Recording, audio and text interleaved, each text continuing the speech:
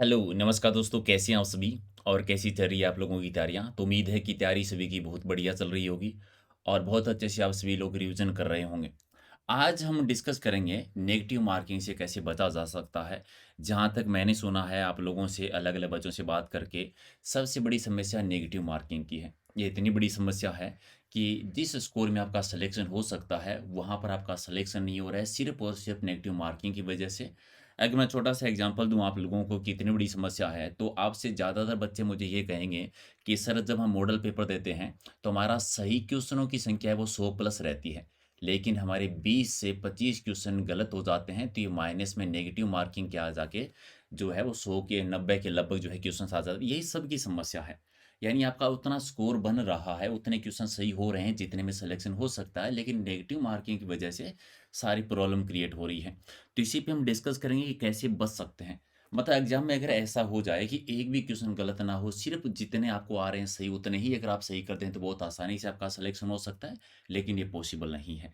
गलतियाँ होती है, गलतियाँ सुधारने से पहले आपको ये समझना पड़ेगा कि नेगेटिव मार्किंग आप गलत पर्सन करते कैसे हैं। अगर आपको ये चीज़ समझ में आ गई, अगर आपको ये पकड़ में आ गया कि आप गलत कैसे कर रहे हैं, तो आप उनसे बच भी सकते हैं।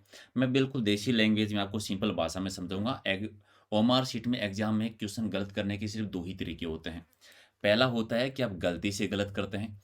गलती से गलत करने का मतलब होता है कि या तो आपने प्रश्न को अच्छे से नहीं पढ़ा कि आपसे सत्य पूछा है कि असत्य और आप ईमानदारी से बताओ कि आपके एग्ज़ाम में ऐसा नहीं हुआ है कि सत्य, असत्य, हाँ, नहीं कि माइनर गलती होने की वज़ह से आपका क्वेश्चन गलत हो गया।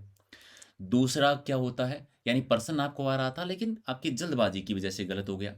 दूसरा गलत होता है आप प्रश्न पढ़े, पढ़ते ही आपको या वो पहला ऑप्शन दिखा और आपको लगा कि पहला ही ऑप्शन है, आपने बाकी के दूसरा, तीसरा, चौथा ऑप्शन पढ़ा ही नहीं या दूसरा आपको लगा सही, आपने तीसरा, चौथा ऑप्शन नहीं पढ़ा और मुझे पूरा यकीन है कि आप सब बच्चों का कभी न कभी ऐसा क्वेश्चन गलत हुआ है कि आपने एक ऑप्शन पढ़ा, आंसर दे दिया मार्कशीट में और बाद में बाकी के ऑप्शन सामने आए, तो आपको लगा अच्छा आंसर तो वो था। तो दूसरी गलती जो होती है वो आपकी ये होती है। तीसरी गलती से गलत होने का रीज़न होता है ओएमआर शीट में जब हम गलत भर देते हैं। यानी आपको क्वेश्चन आपने कहा 36 करना है, 4 ऑप्शन दे रखे हैं और आपने गलती से 36 का सी देने की जगह आपने गलती से 37 का सी को जो गोला है वो काला कर दिया। तो आपका ये 37 नंबर वाला गलत हो गया। तो ये 3 मेन रीज़न है जहाँ पे आप गलती से गलती करते हैं। ये सबसे ज़्यादा खतरनाक है।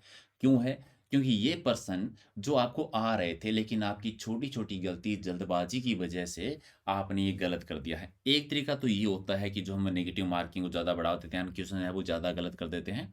दूसरा उन लोगों को मेरा पहले से प्रणाम है, हालाँकि ये भी होता है एग्ज़ाम में कि इष्ट देवता को याद करके गलत करना। यानी क्वेश्चन आ भी नहीं रहा है, यानी 30 क्वेश्चन बच गए कि कोई भी नहीं आ रहा है, तो इष्ट देवता का नाम लिया और एबीसीडी, एबीसीडी, एबीसीडी जैसा भी तरीका होता है अलग-अलग, उस प्रकार से गलत करते हैं। तो मेन 2 रीज़न है गलत करने का, जिससे हमारा नेगेटिव मार्किंग बहुत ज़्यादा हाई हो जाता है और मुझे इतना उम्मीद है कि आपको समझ में आ गया कि गलत क्यों कभी न कभी आपने एग्ज़ाम दिया है, तो इस टाइप की गलतियाँ आप लोगों ने की, ऐसा ही किया होगा।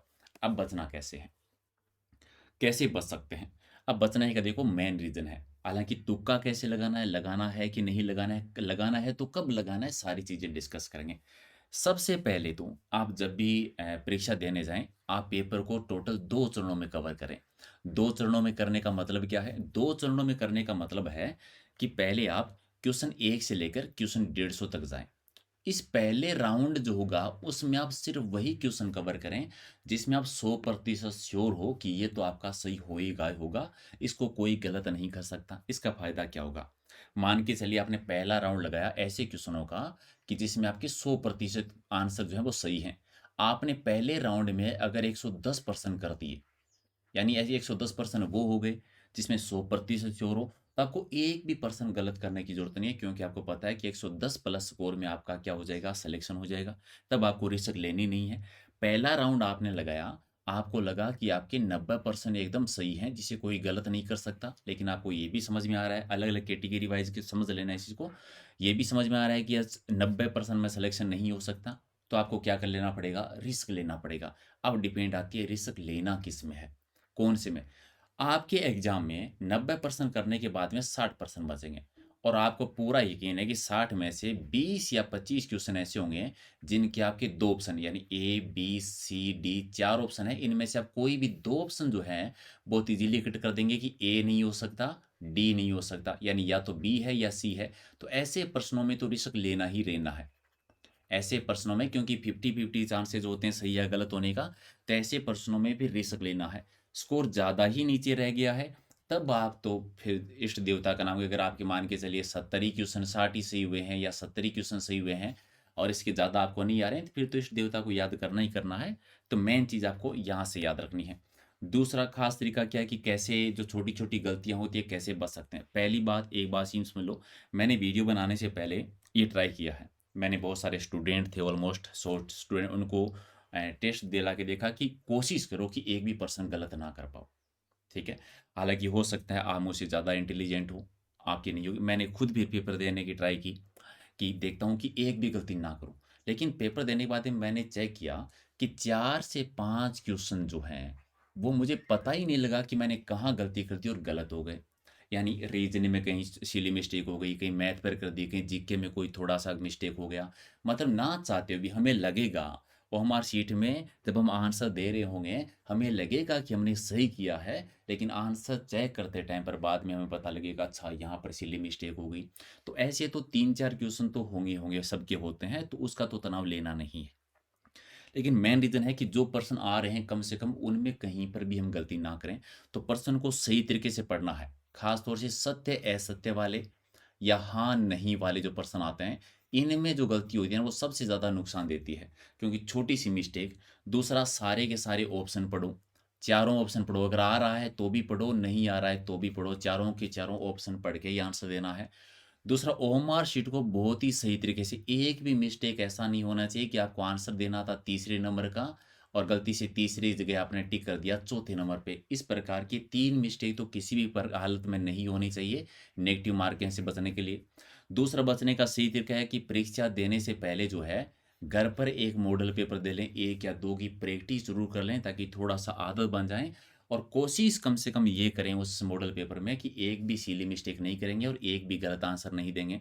तो अच्छा कन्फ्यूज़न वाले कौन-कौन से प्रश्नों को करना है जो मैंने बताया था कि अगर आपको इतना पहला राउंड लगाने के बाद में अगर आपका स्कोर अगर 100 आता है, 90 आता है, तो उसी के अकॉर्डिंग बाद में जब सेकंड राउंड लगा रहे होंगे, तब आपको कन्फ्यूज़न वाले क्वेश्चन करने हैं।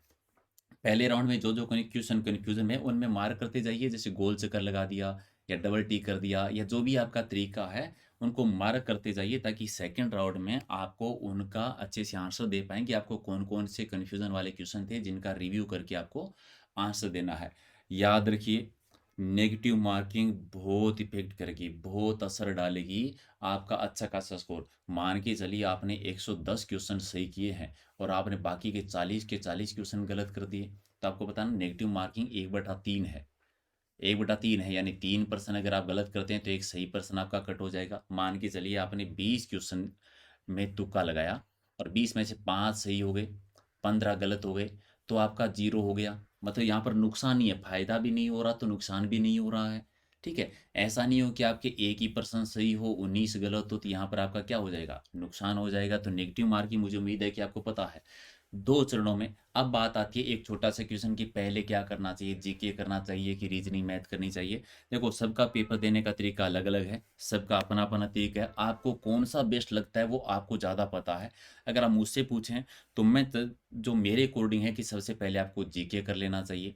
जीके हिंदी वाला पार्ट पहले करना चाहिए ताकि रीज़निंग मैथ में ज़्यादा दिमाग लगा सको। क्योंकि रीज़निंग ऐसा पार्ट है कि अगर आप उलझ के रह गए किसी क्वेश्चन में, दिमाग अगर आपका खराब हो गया तो बाद में जीके को अच्छे से कवर नहीं कर पाएँगे। हालाँकि उस टाइम पर आपको पता नहीं लगेगा, आपको लगेगा कि सही आंसर दे रहे हैं, लेकिन एग्ज़ाम से निकलने के बाद में आपको लगेगा कि अच्छा ये भी गलत कर दिया, ये भी गलत कर दिया। तो मेरे अकॉर्डिंग माने तो आप मैथ, रीज़निंग को लास्ट में करें, पहले जीके वाला पार्ट को पूरा कर लें और फिर मैथ, रीज़निंग वाला पार्ट जो है वो कवर करें ताकि किसी क्वेश्चन में दूसरी चीज़ रीज़निंग का जब आप क्वेश्चन कर रहे हैं या मैथ का क्वेश्चन कर रहे हैं, अगर आपको लगे कि कोई क्वेश्चन आपको नहीं आ रहा है, ठीक है? तो वहीं पर बैठ मत जाना, उस क्वेश्चन को उस टाइम के लिए छोड़ देना। हो सकता है कि दोबारा जब रिव्यू करते टाइम पे अगर आपके पास टाइम बचे, उस टाइम पर क्वेश्चन को और आसानी से कर सकें, कम से कम आप समय की बचत कर पाएँगे।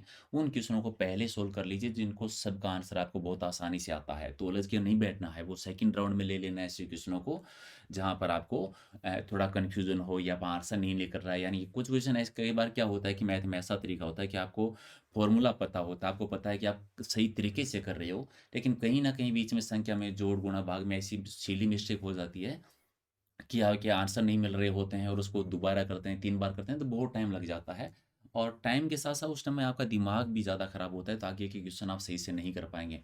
तो उम्मीद है कि आपको सारी चीज़ें समझ में आई होगी, बाकी कोई भी इश्यू है, कुछ भी पूछना हो तो आप कमेंट ज़रूर कर दीजिएगा, मैं आंसर दे दूँगा और एग्ज़ाम से पहले-पहले एक और वीडियो बनाएँगे हम इसके बारे में कि और क्या-क्या चीज़ें आपको ध्यान में रखनी है। उम्मीद है कि आपको पसंद आई होगी हमारी छोटी-सी मेहनत, तो लाइक, शेयर कर दीजिएगा और रात को डेली 8 बजे लाइव आना मत भूलिए। Thank you.